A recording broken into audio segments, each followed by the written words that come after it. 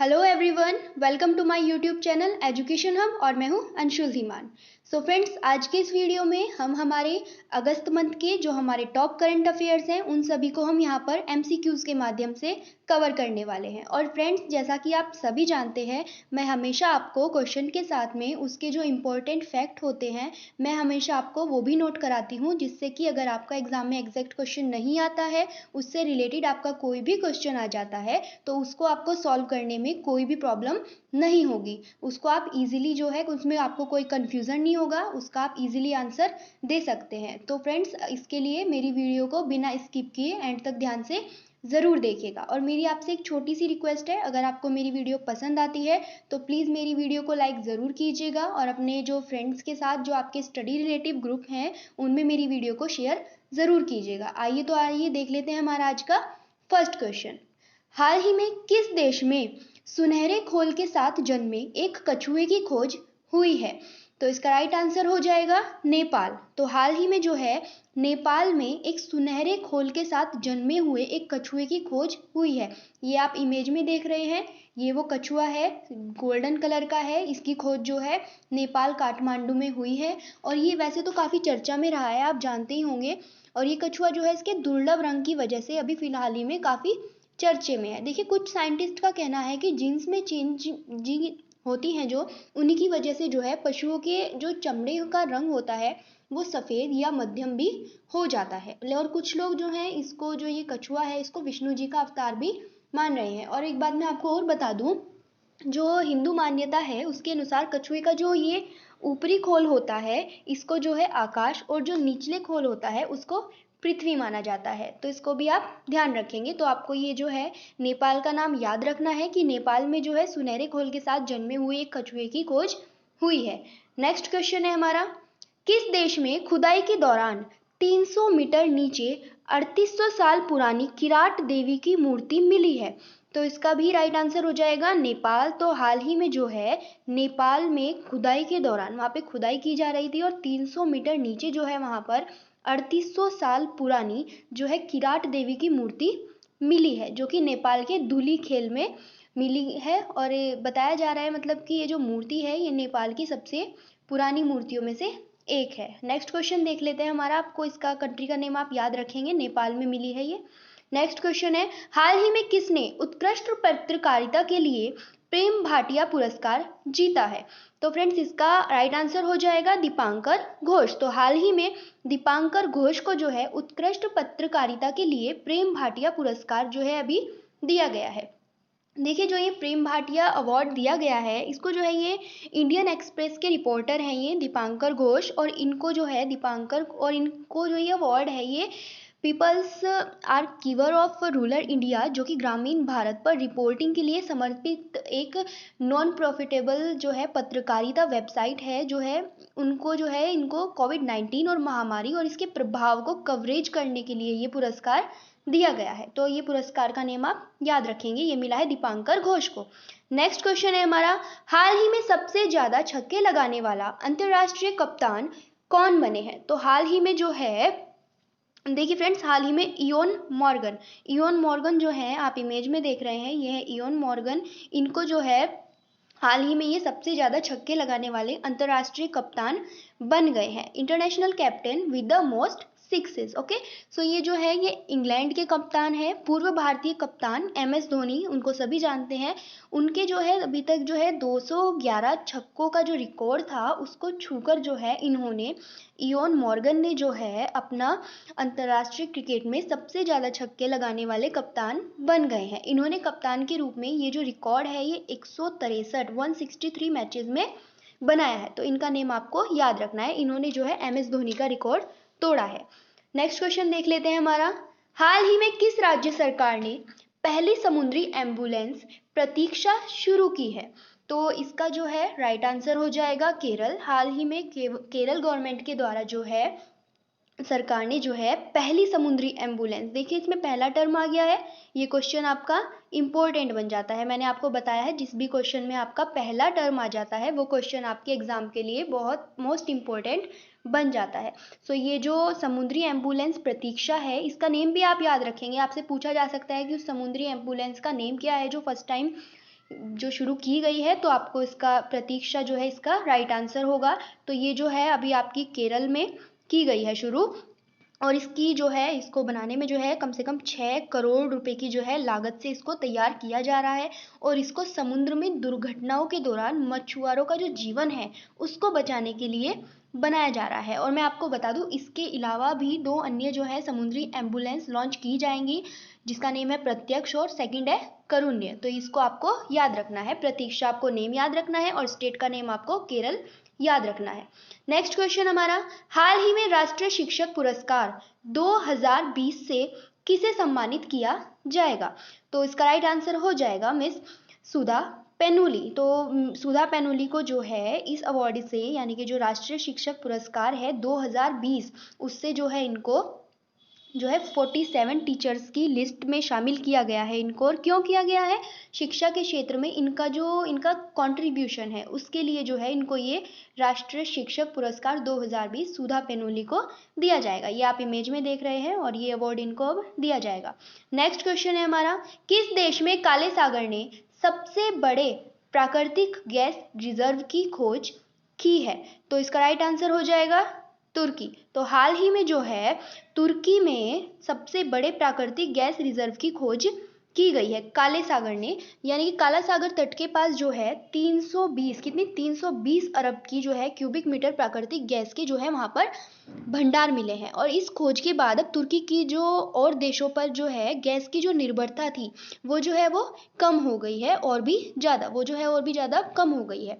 देखिए, तुर्की के जो राष्ट्रपति हैं रेचेप तैयप अर्दोआन, उन्होंने बताया है कि उनका जो लक्ष्य है वो 2023 तक है, इसका यूज करने का जो है लक्ष्य है। और यह तुर्की के फतेह नामक ड्रिलिंग जहाज ने 320 अरब क्यूबिक मीटर प्राकृतिक गैस भंडार टूर्ना 1 कुएं में पाया गया है। उन्होंने इसको जो है तुर्की के इतिहास की अभी तक की सबसे बड़ी प्राकृतिक गैस की खोज बताया है। तो आपको इसका नेम याद रखना है, काले सागर ने सबसे बड़े प्राकृतिक गैस रिजर्व की खोज ईरान उसमें तुर्की में की है। नेक्स्ट क्वेश्चन है हमारा, सरकार ने ज्वेलर्स असेंबलिंग और हॉल मार्किंग केंद्रों के ऑनलाइन पंजीकरण और नवीनीकरण के लिए किस पोर्टल को शुरू किया है? तो इसका राइट आंसर हो जाएगा www.manakonline.in। तो इसको आपको याद रखना है, इसका राइट आंसर हो जाएगा www. ये जो है manakonline.in, ये जो वेबसाइट है, मतलब कि ये जो वेबसाइट है अब आप इसके माध्यम से जो है ऑनलाइन रजिस्ट्रेशन करवा सकते हैं अपनी ज्वेलरी के लिए। देखिए फ्रेंड्स, आप जब इस वेबसाइट को ओपन करेंगे ना, तो आपको ब्यूरो ऑफ इंडिया स्टैंडर्ड की साइट से इस वेबसाइट को मैनेज किया जा रहा है। आपको इस तरीके का कुछ ओपन करने पर मिलेगा, आप ट्राई कर सकते हैं इसको ओपन करके वेबसाइट को। और इस वेबसाइट को मैनेज किया जा रहा है, मतलब इसमें आपकी जो है सारी इंफॉर्मेशन दे रखी है आपके लिए। ओके, सो आप इसको, मेरा है कि आप इसको ट्राई करके देख सकते हैं। नेक्स्ट क्वेश्चन है हमारा, किस देश ने ऐतिहासिक चोरा चर्च को मस्जिद में बदलने का फैसला किया है? तो फ्रेंड्स, इसका राइट आंसर हो जाएगा, इसका जो है आपका राइट आंसर है तुर्की। तो हाल ही में जो है तुर्की के राष्ट्रपति रेसेप तैयब एर्दोगान ने जो है चोरा को तुर्की में चेंज करने का फैसला कर लिया है। तुर्की यानी कि करिए, क्या तुर्की में चोरा को जो है ना, ये चोरा, इसको चोरा को तुर्की में जो है करिए बोलते हैं। ओके, ये भी आप याद रखेंगे।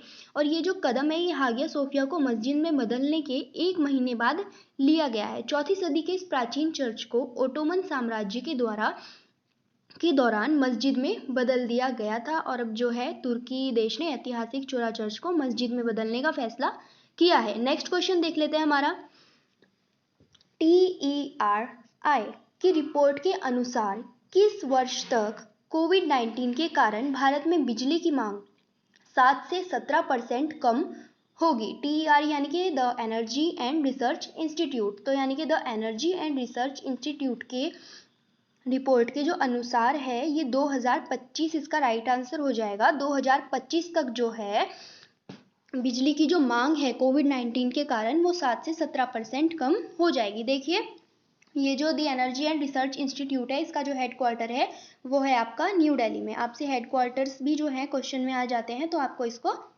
याद रखना है। नेक्स्ट क्वेश्चन देख लेते हैं हमारा, हाल ही में भारत की पहली शहद परीक्षण प्रयोगशाला, ये आप करेक्शन है यहाँ पे आप सही कर लेंगे, ये शहद आएगा यहाँ पर। शहद परीक्षण प्रयोगशाला गुजरात के किस जिले में स्थापित की गई है? तो इसका राइट आंसर हो जाएगा आनंद। तो हाल ही में गुजरात के आनंद जिले में जो है भारत की पहली टर्म आ गया है, इंपॉर्टेंट बन जाता है आपका क्वेश्चन।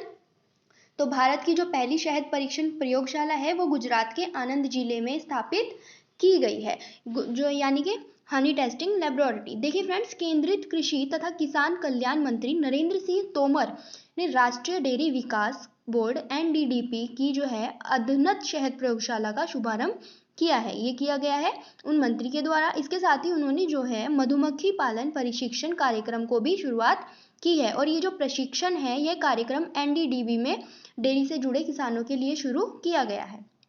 नेक्स्ट क्वेश्चन हमारा देख लेते हैं। हाल ही में किस देश के सर्वोच्च नेता अयातुल्लाह खेमेनेई ने एक महत्वपूर्ण कदम के लिए अपने ट्विटर हैंडल को हिंदी में लॉन्च किया है? तो इसका राइट आंसर हो जाएगा ईरान। तो हाल ही में जो ईरान के नेता है, सर्वोच्च नेता अयातुल्लाह खमेनेई, उन्होंने जो है एक महत्वपूर्ण कदम उठाया है और अपने जो ट्विटर हैंडल है उनका उसको हिंदी में लॉन्च किया है। ईरान की एक सैटेलाइट है जिसका नेम है नूर। ओके, और देखिए फ्रेंड्स, तो जो ये खेमेनेई ने जो है हिंदी के साथ साथ अन्य भाषाओं में भी ट्विटर अकाउंट बनाया हुआ है, जैसे कि फारसी, अरबी, उर्दू, फ्रेंच, स्पेनिश और रूसी और इंग्लिश। तो और अभी इन्होंने हाल ही में जो ये है हिंदी में लॉन्च कर दिया है, तो ये आपको याद रखना है। नेक्स्ट क्वेश्चन हमारा, हाल ही में किस राज्य सरकार ने ग्राम रोजगार परिषदों में महिलाओं के लिए सीटों के आरक्षण पर नीति को मंजूरी देकर एक ऐतिहासिक निर्णय पारित किया है? तो इसका राइट आंसर हो जाएगा मेघालय। देखिए फ्रेंड्स, जो ये है VEC है ना, VEC यानी कि विलेज एम्प्लॉयमेंट काउंसिल जो है आपका, ग्राम रोजगार परिषद, इसमें अभी महिलाओं के लिए एक पॉलिसी लाई गई है, महिलाओं के लिए रिजर्वेशन के लिए। ओके, तो ये जो है मेघालय के मुख्यमंत्री कॉनराड कोंगल संगमा, उन्होंने जो है VEC में महिलाओं के आरक्षण पर नीति के पारित होने के लिए कैबिनेट को मंजूरी की जानकारी दी है, जिसमें महिलाओं के लिए 50% सीट्स जो है आरक्षित करने की नीति शामिल है। तो ये मेघालय के द्वारा की गई है। नेक्स्ट क्वेश्चन देख लेते हैं हमारा, रक्षा मंत्रालय ने कितनी वस्तुओं पर आयात प्रतिबंध लगा दिया है?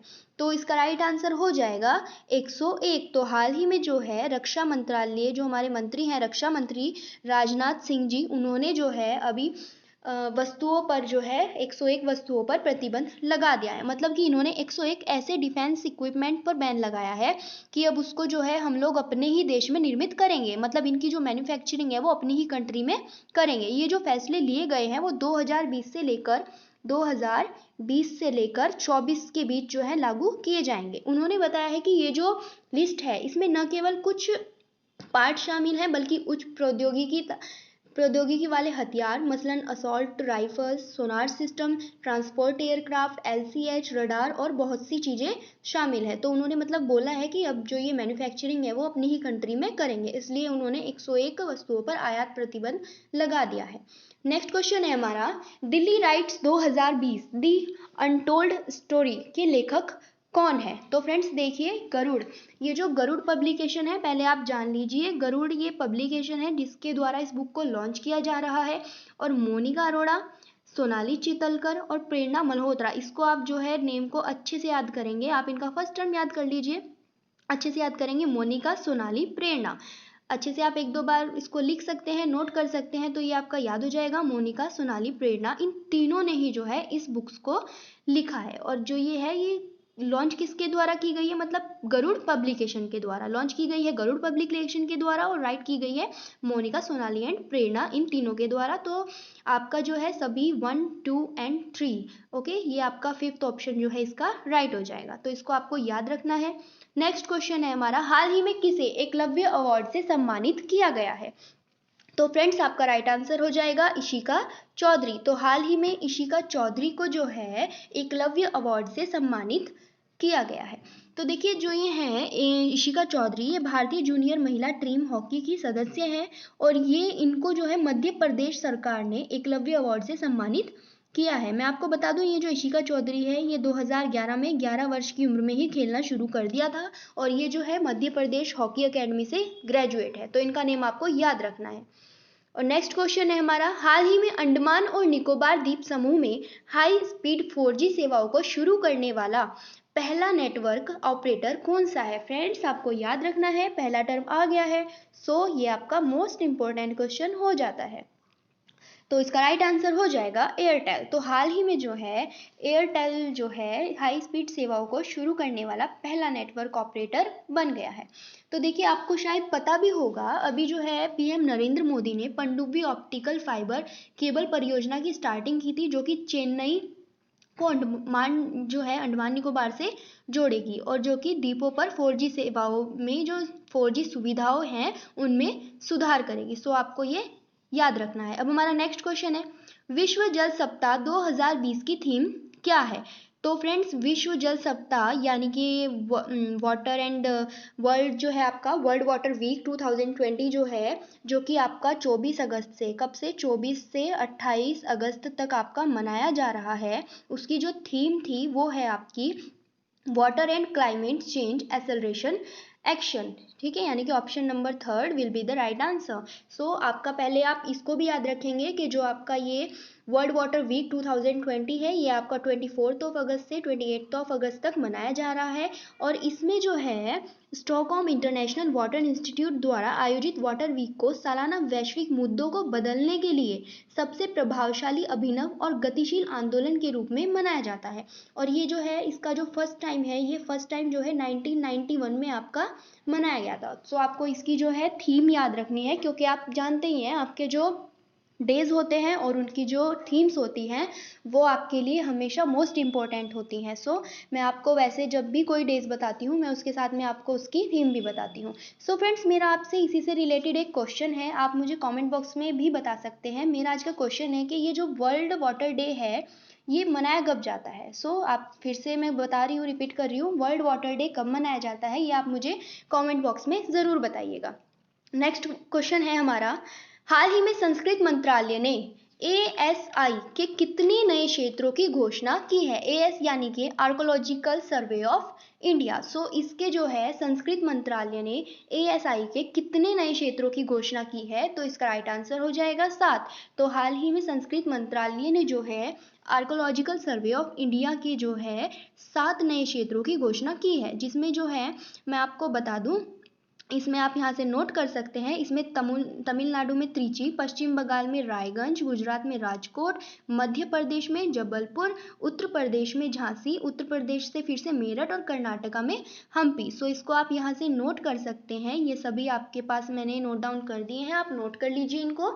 सो ये किया गया है। देखिए मैं आपको बता दूं, ये जो एएसआई है यानी कि आर्कोलॉजिकल सर्वे ऑफ इंडिया, इसकी जो स्थापना है वो हुई थी 1861 में, और इसका जो हेड क्वार्टर है फ्रेंड्स वो है आपका न्यू दिल्ली में। सो अब नेक्स्ट क्वेश्चन देख लेते हैं हमारा, तिंगराज मंदिर हाल ही में खबरों में था, यह किस राज्य में स्थित है? तो फ्रेंड्स ये जो आपका तिंगराज मंदिर है, लिंगराज मंदिर है ये, सॉरी, लिंगराज मंदिर जो हाल ही में खबरों में था, ये किस राज्य में स्थित है? तो इसका राइट आंसर हो जाएगा उड़ीसा। तो हाल ही में उड़ीसा सरकार द्वारा 11वीं शताब्दी के लिंगराज मंदिर को उसके 350 वर्ष पूरे करने वाली संरचनात्मक स्थिति प्रदान करने की घोषणा की गई है। देखिए मंदिर के चारों ओर जो है कम से कम 66 एकड़ भूमि का जो है पुनर्विकास होगा, और ये जो है उड़ीसा की बात कर लेते हैं हम। उड़ीसा की जो राजधानी है वो है भुवनेश्वर।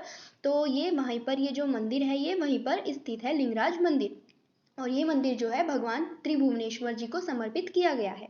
नेक्स्ट क्वेश्चन देख लेते हैं हमारा, बराक परमाणु संयंत्र की पहली इकाई चालू होने के बाद कौन सा देश परमाणु ऊर्जा का उत्पादन करने वाला अरब दुनिया का पहला देश बन गया है? पहला टर्म आ गया है, क्वेश्चन आपका इंपॉर्टेंट हो जाता है।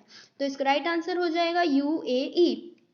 तो यूएई जो है आपका बराक परमाणु संयंत्र की पहली इकाई चालू होने के बाद परमाणु ऊर्जा का उत्पादन करने वाला अरब दुनिया का पहला देश बन गया है।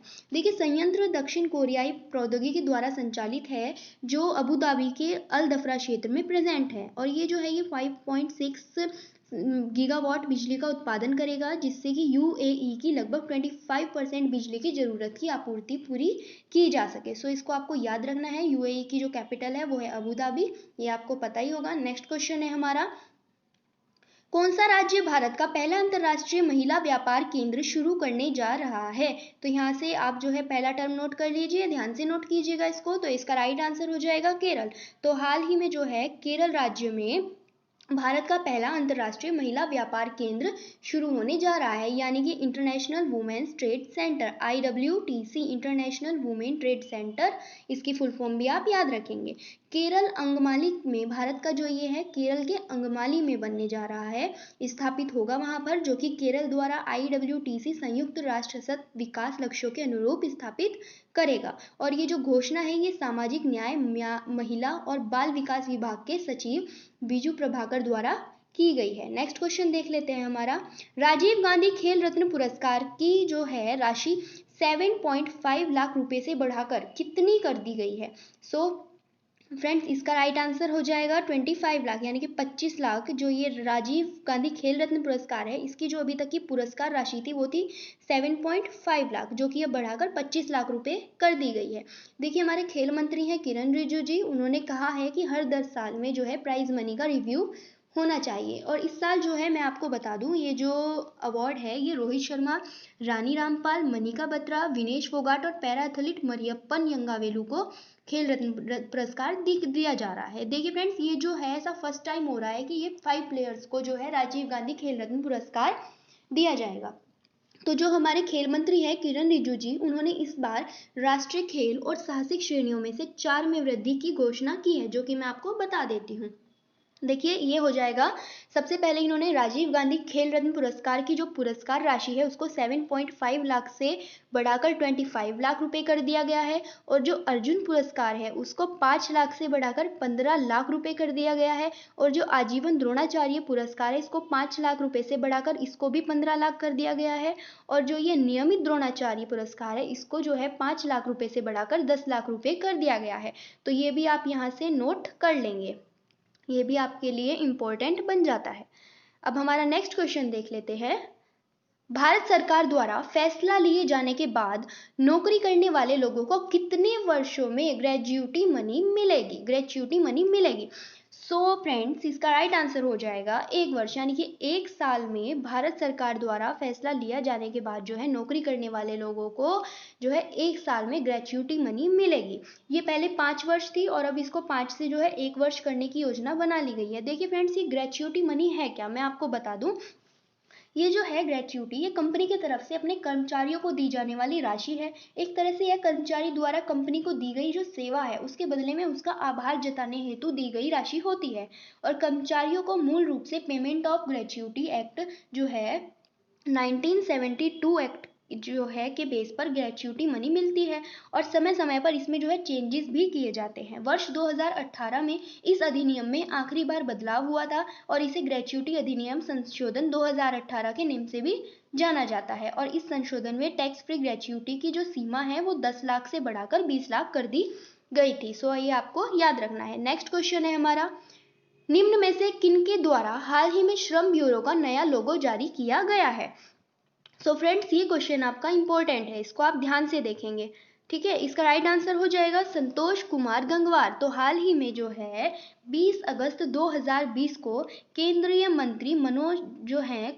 मंत्री संतोष कुमार गंगवार द्वारा श्रम ब्यूरो का नया लोगो जारी किया गया है। इस मौके पर गंगवार द्वारा श्रम ब्यूरो के पूर्णतः डिजिटलीकरण किए जाने का जो है आह्वान भी किया गया।